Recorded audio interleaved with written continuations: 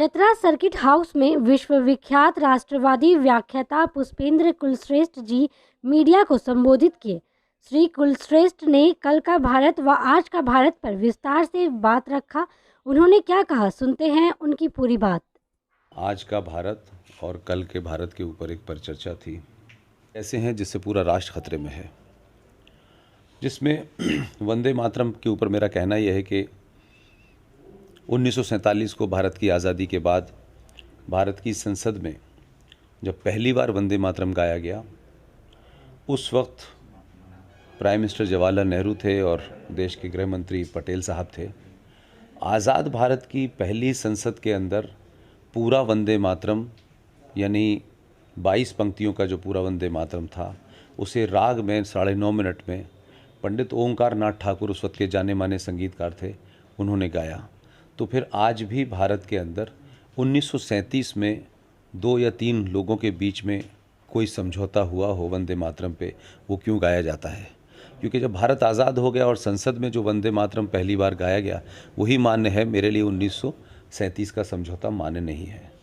इसी तरीके से 1952 में भारत की संसद के अंदर भारत का कैलेंडर कैसा हो, क्योंकि भारत का पक्षी भी, भारत का जानवर भी, भारत का फूल भी, भारत का तिरंगा भी सब तय हुआ। तो एक बहस हुई कि भारत का कैलेंडर जो है वो किसी भी मज़हब के रहनुमा या प्रॉफिट से क्यों चलेगा।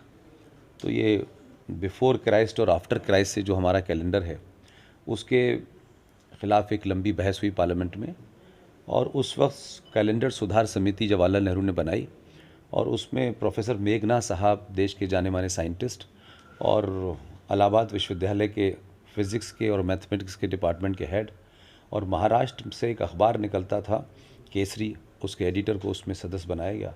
उन 7 लोगों ने जो रिपोर्ट दी, उस रिपोर्ट के ऊपर चर्चा हुई और उसके बाद ये तय हुआ कि भारत का कैलेंडर यानी आज़ाद भारत का कैलेंडर जो है वो 7 संवत से होगा, और दोनों सदनों में पूर्ण बहुमत से सर्वसम्मति से पास हुआ।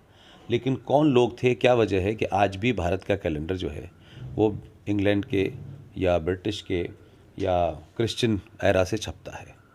ये वो मुद्दे हैं जो पास्ट में हुए हैं। इसमें 2 बड़े मुद्दे हैं, जो एक 1991 में हुआ और एक 2013 में हुआ। एक है प्लेसेस ऑफ वर्शिप एक्ट 1991। पूरे देश में जब अयोध्या का मूवमेंट बड़े पीक पे था, उस वक्त राजनीतिक दबाव में आकर के नरसिम्हा राव सरकार ने इस देश में कानून बनाया, और उस कानून पे कोई बहुत लंबी बहस नहीं हुई और न जनमानस को पता चला। उसमें यह कहा गया कि भारत के अंदर आज़ादी से पहले जितने भी इस्लामिक आक्रांत आए थे, उन्होंने जितने भी मंदिरों को तोड़ा, उन मंदिरों में या तो मज़ारें बन गई या मंदिरों के अंदर मस्जिद बना दी। जैसे कि आपने बनारस में काशी विश्वनाथ में देखा होगा कि नंदी के सामने जहाँ बाबा विश्वनाथ थे उनको हटाकर रख दिया गया दूसरी जगह, और वहाँ एक मस्जिद बना दी गई और उसी मंदिर से बनाई, उसी मंदिर के अंदर बना दी गई। उसमें यह हुआ कि जितने भी ऐसे मंदिर हैं, कोई 40,000 मंदिर सरकार ने बताए, उनको ये कहा गया कि 15 अगस्त 1947 को जो उनकी यथास्थिति थी वो अब वैसे ही रहेगी और उस पर कोई डिबेट नहीं हो सकती, उस पर कोई कानूनी कार्रवाई नहीं हो सकती। तो सवाल ये है कि भारत का संविधान जो है वो इस बात की इजाज़त देता है कि ये कैसे मुमकिन है कि जब आप ग़ुलाम थे और आपके मंदिरों को जिन्होंने तोड़ा, और एक सरकार आकर के एक तरफ़ा ये कानून बना दे कि उनकी यथास्थिति रहेगी।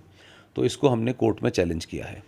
इसी तरीके से 1923 में जब अंग्रेज़ थे, उन्होंने एक वक्फ प्रॉपर्टी कानून बनाया था, और उसके बाद 1956 में जवाहरलाल नेहरू ने उसमें अमेंडमेंट कर दिया।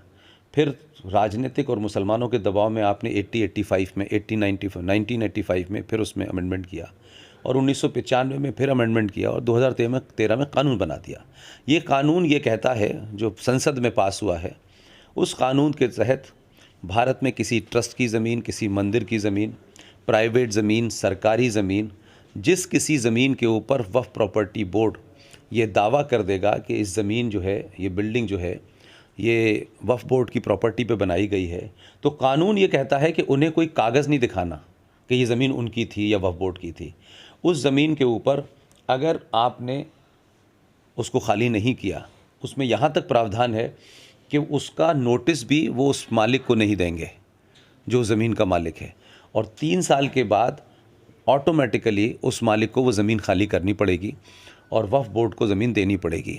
सरकार बाध्य है कि जिस आदमी की ज़मीन है, जिसके पास कागज़ हैं, वो अपील नहीं कर सकता, वो कोर्ट में भी नहीं जा सकता। उसे ये कहा गया है कि अगर उसकी ज़मीन को ले लिया गया